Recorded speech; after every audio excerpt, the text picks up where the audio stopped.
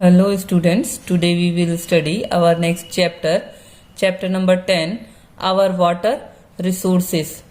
Water is essential for all living beings to survive on earth. अर्थ पे रहने के लिए सभी को वाटर की जरूरत है ही.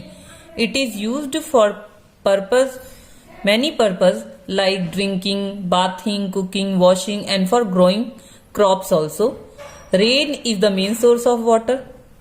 The amount of rainfall received in different region of India is not the same. अलग अलग हिस्सों में अलग अलग तरह से बारिश भी होती है, सेम नहीं होती है बारिश. There are areas where rainfall is often very poor, but there are other places where are too much. कुछ ऐसे जगह हैं जहाँ बारिश नहीं होती है और कुछ ऐसे जगह हैं जहाँ बहुत बारिश होती है. We need water throughout the year to grow crops, so it is necessary to plan the use of our water resources properly. It is very necessary कि उनको हम प्लान करें ऐसे जिससे कि पूरे साल हमको अच्छे से पानी अवेलेबल हो. Irrigation in India. अब इरिगेशन की बारी है, मतलब सिंचाई के लिए पानी. Irrigation is the process by which water is brought to soil for growing crops by means of tank, well, canal and dams. किसी भी तरह से मिट्टी को पानी देना ही इरिगेशन कहलाता है. अब वो तरीका कुछ भी हो, टैंक्स से दें हम, वेल्स से दें, कैनाल से दें या डैम्स से दें. टैंक क्या है? Tanks are the oldest mean of irrigation in India. बहुत पुराना है ये. A tank is a small reservoir made by constructing enclosure of walls to store rain water. This water is used for irrigation in dry season. Tank are mostly used in Tamil Nadu, Karnataka, Telangana, Andhra Pradesh, Chhattisgarh, Maharashtra and Orissa. Tank बहुत पुराना है लेकिन ये ज्यादातर use होता है हमारे south के कुछ राज्यों में. Tamil Nadu, Karnataka, Telangana, Andhra Pradesh, Chhattisgarh, Maharashtra and Orissa. Now wells and tubewells, ये तो बहुत ही कॉमन है, सबने सुना है ट्यूबवेल के बारे में. Wells are dug to bring the underground water to the surface. To extract underground water, we use electric और डीजल ट्यूबवेल्स. ट्यूबवेल्स का भी यूज करते हैं अंडरग्राउंड वाटर को बाहर लाने के लिए.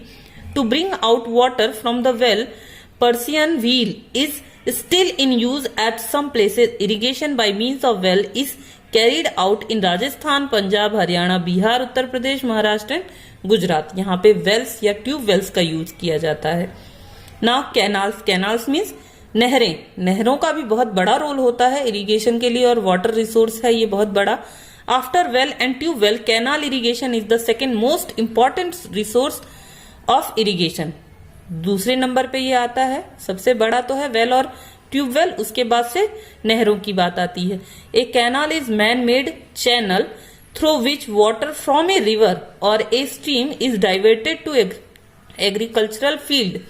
Small sub-canal called distributaries are also made for this purpose. Irrigation by canal is done in Punjab, Haryana, Uttar Pradesh, Bihar, Assam, West Bengal, Rajasthan and in some states of South India also. बहुत बड़ा role होता है इसमें.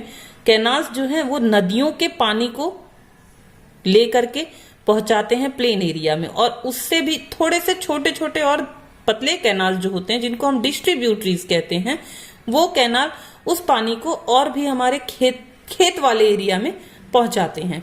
अब बारी है हमारी dams की.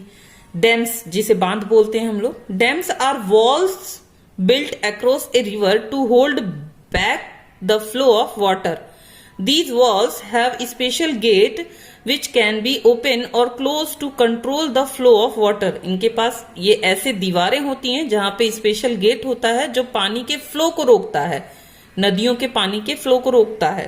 Water is stored in an artificial lake. Artificial वहां पे लैक बना होता है, उसी में स्टोर किया जाता है behind the dam. Canals are dug to take this stored water to the fields. Canals भी इसके लिए खोदे जाते हैं, नहरें खोदी जाती हैं. The main areas irrigated by such canal lie in the northern plain, central India and coastal areas. Multipurpose river valley project की. हालांकि डैम्स को ही मल्टीपर्पज रिवर वैली प्रोजेक्ट बोला जाता है, लेकिन such project serve irrigation, fish breeding, raising forest, producing electricity and navigation. इन सब चीजों में जब डैम का यूज होता है तो वो मल्टीपर्पज प्रोजेक्ट कहलाता है. Beside they check floods in the area, also beautiful picnic spots dams की वजह से पिकनिक स्पॉट्स भी बनते हैं and boating centres are developed near such projects. इन प्रोजेक्ट के पास में इस तरीके का डेवलप को ही मल्टीपर्पज प्रोजेक्ट बोला जाता है। Some important multipurpose projects name of river on which they are built and the state which are being benefited are given in the table। ये कुछ मेन डैम्स हैं रिवर वैली जिन पे वो बने हुए हैं, जिन रिवर्स पे, और कौन कौन से स्टेट्स को उसका बेनिफिट मिलता है इसके बारे में है। ये थोड़ा सा आप लोग लर्न भी कीजिएगा, ये एग्जाम के पर्पज से भी बहुत इंपॉर्टेंट है। आफ्टर वाटर कंजर्वेशन हम कैसे कर सकते हैं? ए major portion of fresh water available in India is lost due to improper uses and conservation method. Water conservation is of prime importance in a country like India where people depend on rainfall for their agricultural and domestic needs. Some ways of conserving water are storing as much water as possible during the rains by constructing dam, reservoirs and tanks. हम rain water को tank में जितना ज्यादा से ज्यादा हो सके उसे स्टोर कर सकते हैं। Preventing water pollution, avoiding sewage drain near water bodies. Sewage वगैरह हमको वाटर बॉडीज के पास में नहीं डालना है, गंदी नालियां। Using ground water economically, ground water को भी हमें अच्छे से यूज करना है, ज्यादा उसको भी वेस्ट नहीं करना है। प्रैक्टिसिंग रेन वाटर हार्वेस्टिंग, हमें रेन वाटर हार्वेस्टिंग को प्रैक्टिस करना चाहिए। Minimising the use of chemical like pesticides, कम से कम हमें केमिकल्स का यूज करना चाहिए। Taking care that borewells should not have any gaps around them, और बोरवेल्स के आसपास के एरिया को भी चेक करते रहना चाहिए।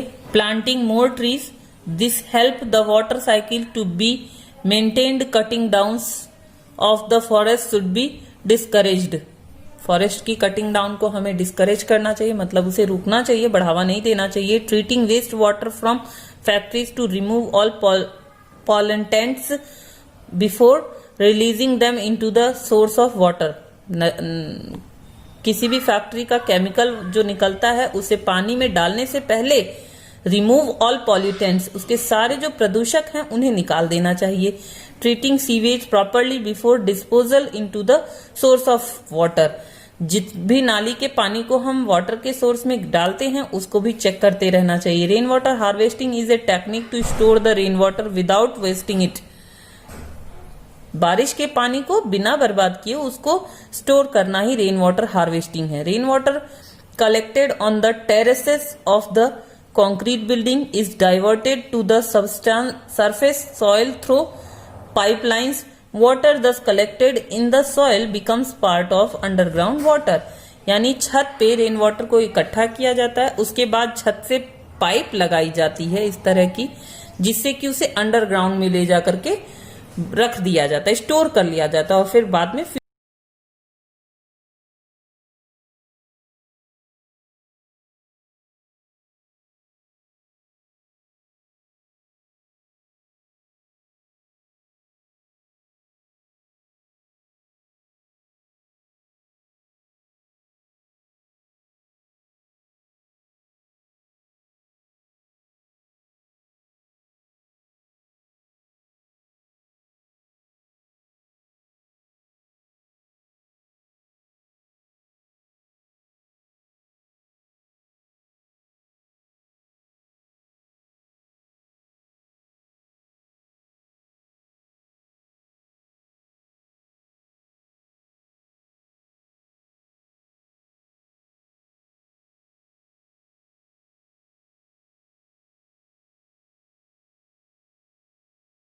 today's chapter.